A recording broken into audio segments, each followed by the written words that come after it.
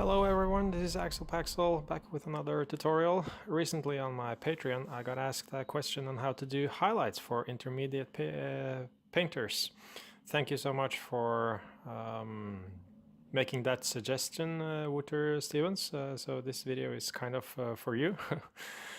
Right now we're going to be working on some layer highlighting. I mixed two colors here. One is a green is a green mix, a green highlight color, and next to that is a green more highlighted color. It's basically more white. So now I'm just testing the consistency of the paint, and I start to apply it in the center of where I want the highest highlight to be. And I'm moving the brush so that I end my brush stroke in the middle part. One way to create a thin layer of paint in the outer portions of the highlight is to actually lick your brush. So as I'm painting this, I'm actually licking my brush quite a lot. I'm applying the center highlight, like I'm doing right now. I'm testing the consistency first, of course, and wiping off most of the paint, which is important. Then I'm painting in the middle part.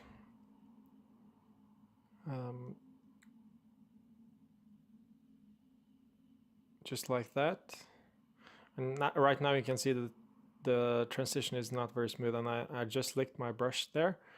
Licking your brush will thin the paint that you're working with, so it will make the transition seem more smooth. And then I'm painting towards the center of the highlight.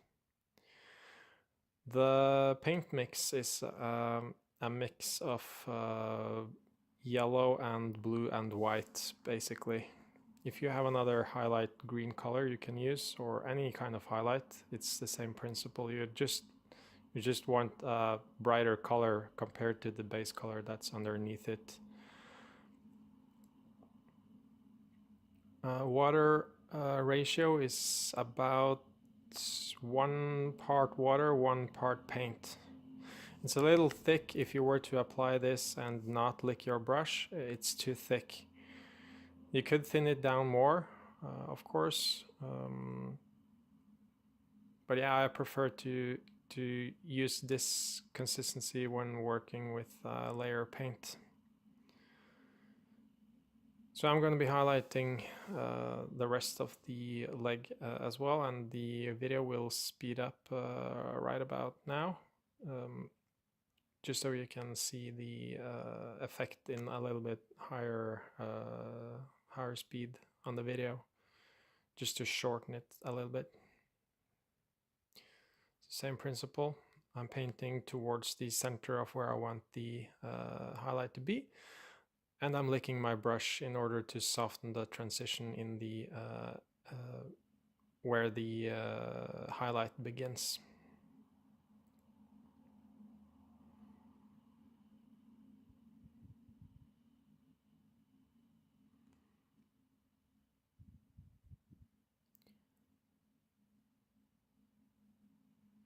By going over the same spots several times, you will start to build up the layers on top. So if you paint over the central highlight where you want that to be, it will gradually build up, so it will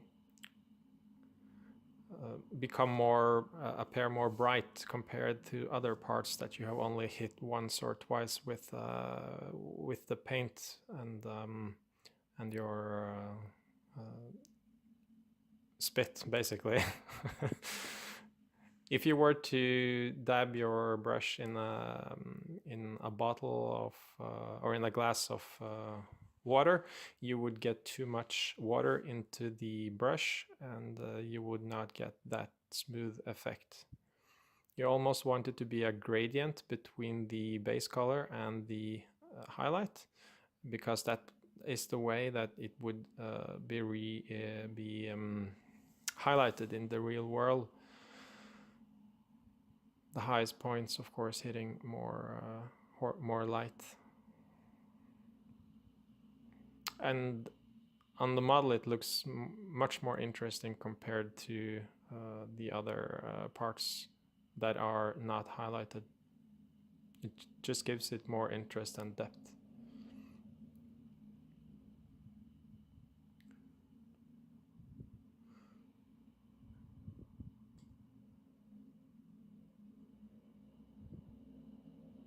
So here I finished the other legs as well.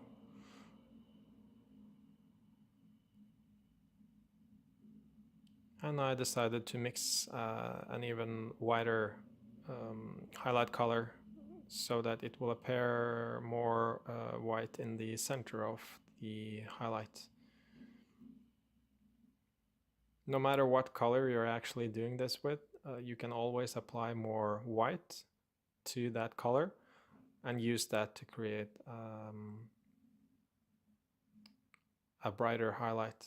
And I'm licking my brush as well to soften the transition between the highest colored highlight and the next colored highlight.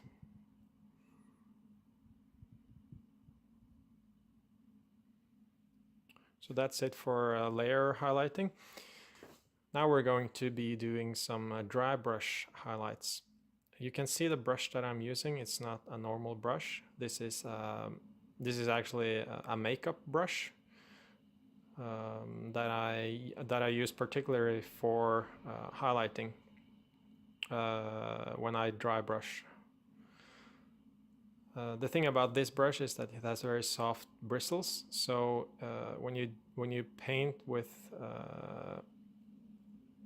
this brush, you don't leave brush marks on the model. Whereas if you were to dry brush with a brush that has not as soft bristles, you tend to leave paint stroke marks, which is not nice when you want to be creating highlights that has smooth transitions. Normally people don't create highlights in this way, but there are some painters out there that utilize this method all over their models quite frequently. This is not a technique that I particularly use for creating highlights in this way on a flat surface, but it's completely possible, and I will show you how. So you can see that I'm just gently going over the spots, and because the color of the tone is so close to the base color, it's not leaving a lot of marks on the model itself. It will become more apparent once I add the brighter highlights. So the way I'm moving my brush is that I'm gently, especially in the beginning after you put your brush into the paint mix, of course you wipe off most of it as you would a normal dry brush. It's important that you wipe several times against a piece of paper before you apply it. And then you apply it very carefully in the beginning, because your brush has more paint in the beginning on the bristles. And after you painted with that for a while, you can start to move your brush in a little bit more hard fashion. But you gotta be careful after you have just put your brush in paint, because the amount of paint that you leave on the model will be higher when you first put it on the model. After you've dry brushed a little bit, you can put more weight onto the brush and paint more strongly towards the model.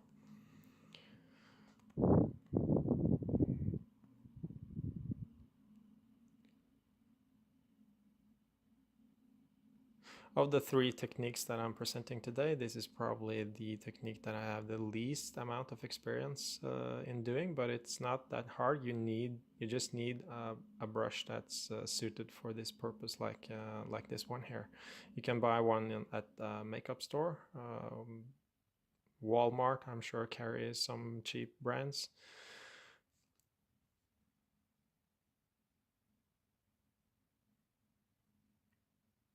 One thing I should mention is that it's extremely important that you never lick this brush when you're dry brushing, and you don't put it in your glass of mixing water, or not mixing water, your glass of water that you keep to go over your brushes. To get the paint off, you don't want to get the paint off of this brush, because if you were to do that, the bristles on the brush would start merging together, and you would create some very large lines when you apply the brush to the model. I'll try that, so don't do my mistake. So yeah, it's basically in the name itself, it's a dry brush, so never have too much water or a water runny consistency on the brush at all.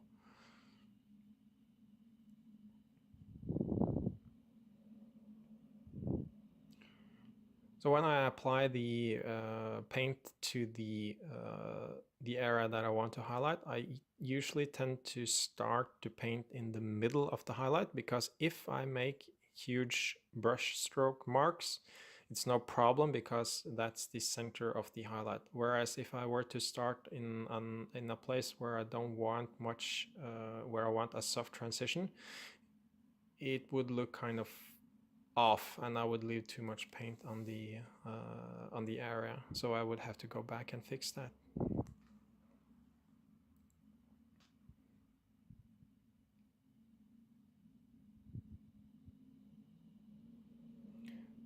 Again, remember to wipe off most of your paint on your brush. And here you can almost see me doing another technique with the dry brush. It's called stippling. So what you do is you just point your, or almost stab actually, your model with the brush, and you will leave some soft dots in various places on the model.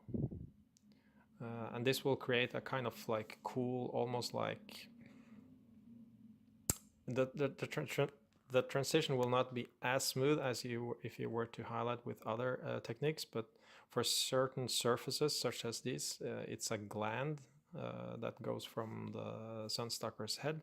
It's perfectly fine with a sort of like a little bit rougher transition compared to the very fine transition which you can create with layer highlight or the loaded brush technique.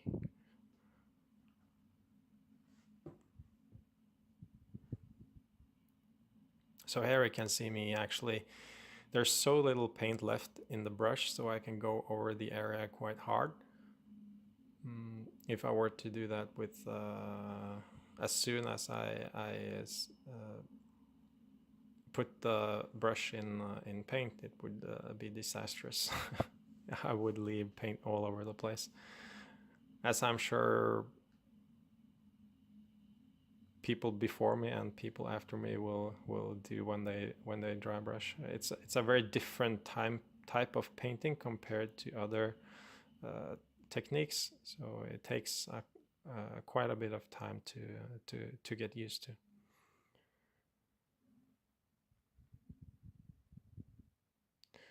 So again, here I'm using that stippling technique, where I almost stab the model with my brush, leaving some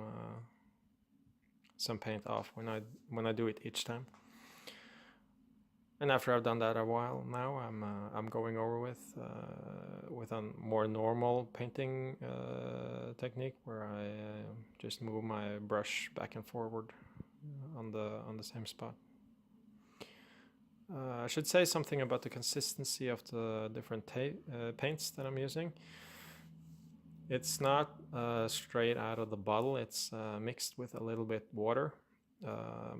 I think the ratio is about half or 1 part paint and a half part water. So basically 30% water into the mix. If you have a too runny paint, like it's too much water in it, the effect will not be that nice, and the dry brush will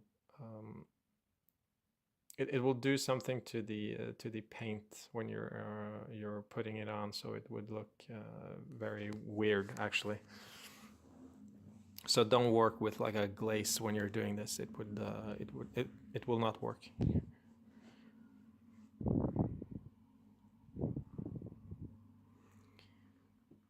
Painting these areas like this actually take quite a bit of time, as you can see. One of the drawbacks of dry brushing. I guess you could do it faster if I were to go over a large area and I could just go over the same or the different areas like in one go. But even going over such a small area as I'm doing now, it took quite a bit of time actually. But yeah, this is a video about various types of highlighting, and what works for some people will not work for others. So maybe this style is more suited to what you are currently working on. And it depends on the model that you're working on as well, what will look nice and what will look even better.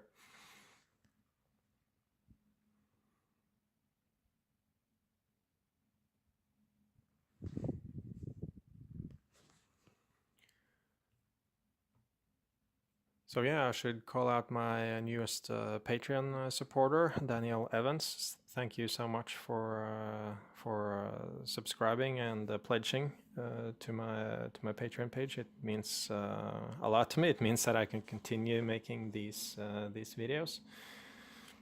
You were actually the last person to be amongst my first 10 supporters, so that's kind of cool actually.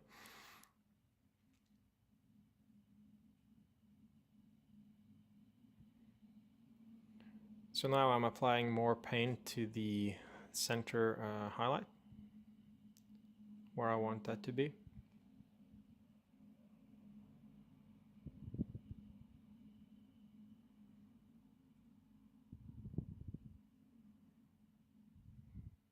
Sorry for it being slightly out of the camera angle here, but it's the same technique. You move your brush all around where you want the highlight to be, and you put more pressure on the brush as your brush retain less and less paint.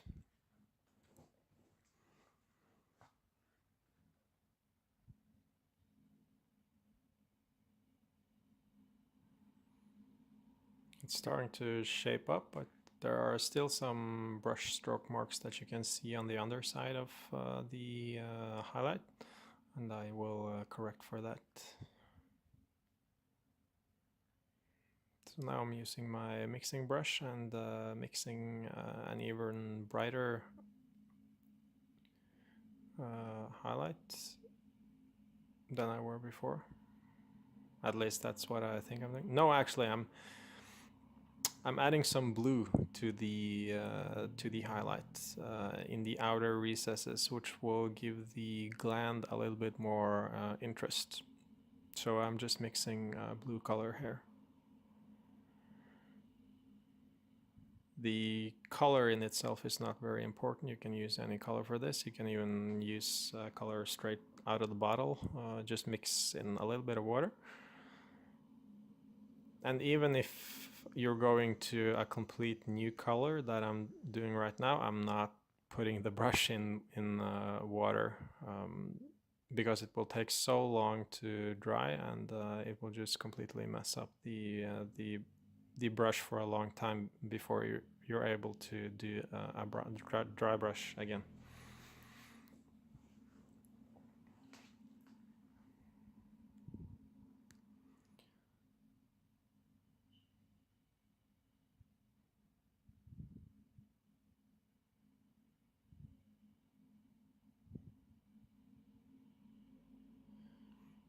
Of course, when you dry brush like this, I find that you have quite a bit of control actually, if you're doing it correctly.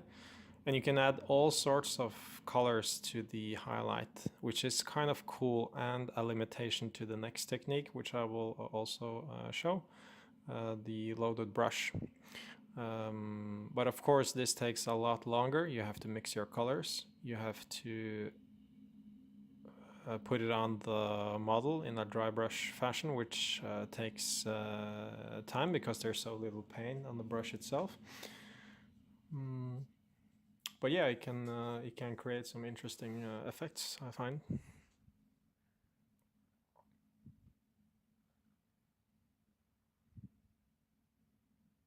So now you can see the blue actually making a little bit of difference in the outer portions of the highlight.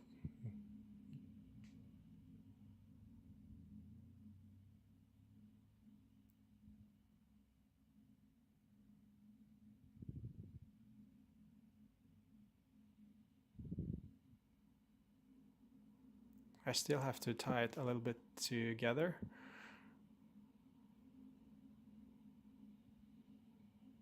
And I'm going to be doing that now by mixing another highlight color with a stronger highlight color. And for actually that part, I'm not going to be using the dry brush. It would be counterproductive to be using a high brush for this, because I'm going to be painting a thin line on the underside, on the side of the highlight, and doing that with a dry brush that does not have a fine point would be very difficult.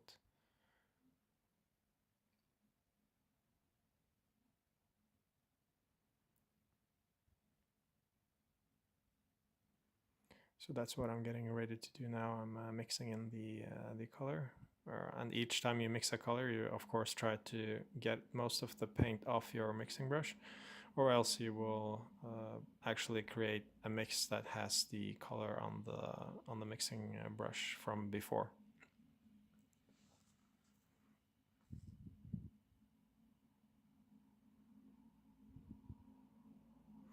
And also, of course, adding quite a bit of water. I think it's on a ratio of 2 parts paint, 1 part water here for the brightest highlight point.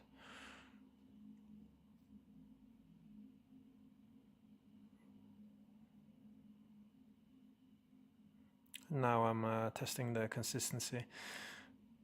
Like as you can see here, my paint is semi-transparent, which is what you want. If you're painting with a too thick paint, you're gonna leave a rough or a hard transition between the highlight and the paint under it. And for highlighting, it's important that you do not create those hard lines. You have to almost think of it as a gradient, where you're going from the darkest to the brightest in order for it to look natural.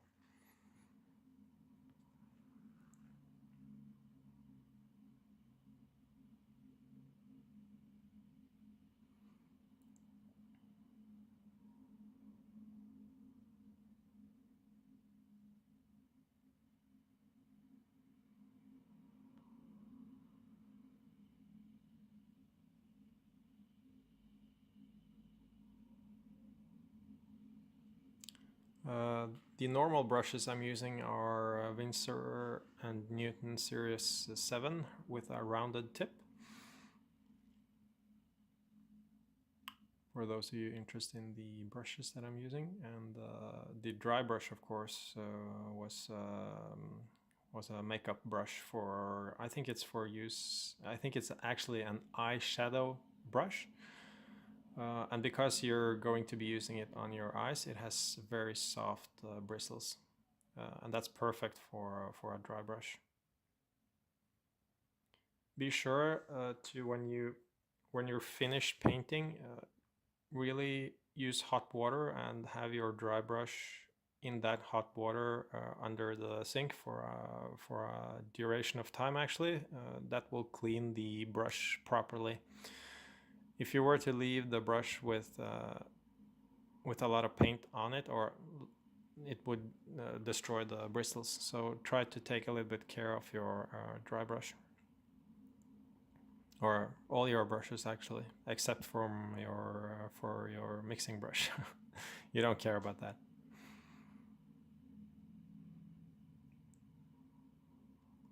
So here I'm painting in some white dots. That will create some focal points in the highlight and get it a little bit more interesting. And of course, for creating these bright spots, I'm using a mix that's somewhat more white compared to the other highlight that I use to paint the line in the bottom parts of the highlight.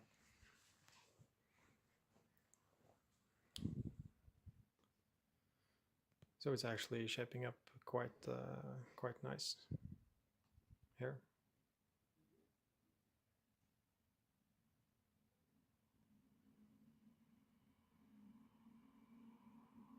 So I think actually that's it for the dry brush highlight. When I use, yeah, this method is a little bit different.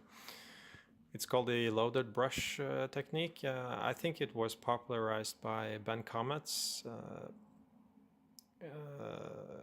who is like a famous miniature painter who does it full time. Basically, you put down your base color, which you see me having done before I started the loaded brush, and then I use the base color, which is in this case blue. I have that loaded up in my brush, and then I put the brush down in my highlight color, just the tip of it, and then I apply with very minimal force the highlight color on top, and as I get closer and closer to the outer portions of the highlight, I apply more pressure onto the brush. So in the beginning, okay, here you see me loading the brush up with the base coat. And then I have add a little bit of paint on the tip. And then I applied minimal pressure as I put down the paint that's on the tip of the brush, like here. And then I'm using slightly more force as the other color is coming out from the brush. And then I start painting towards the outer corners of the highlight. Using this method takes a little bit time to master, but once you get there, the results can be very nice. You can see that the transition is very smooth. And although the brush is, although the paint is a little bit wet still, you can see that the transition is quite nice actually. And this is, it goes very fast painting in this style. This technique is perhaps one of the fastest ways to achieve a nice transition. But it has some drawbacks. You are limited to the use of 2 colors. Like you can't load a brush up with 3 colors. At least I can't do that. There are probably some people who can. Yeah, so you have to go over with other colors in another fashion afterwards if you want to add those. Like with the dry brush, you could add all sorts of different colors, which you can't do with that technique. All right, thank you so much for watching, and I'll see you next time.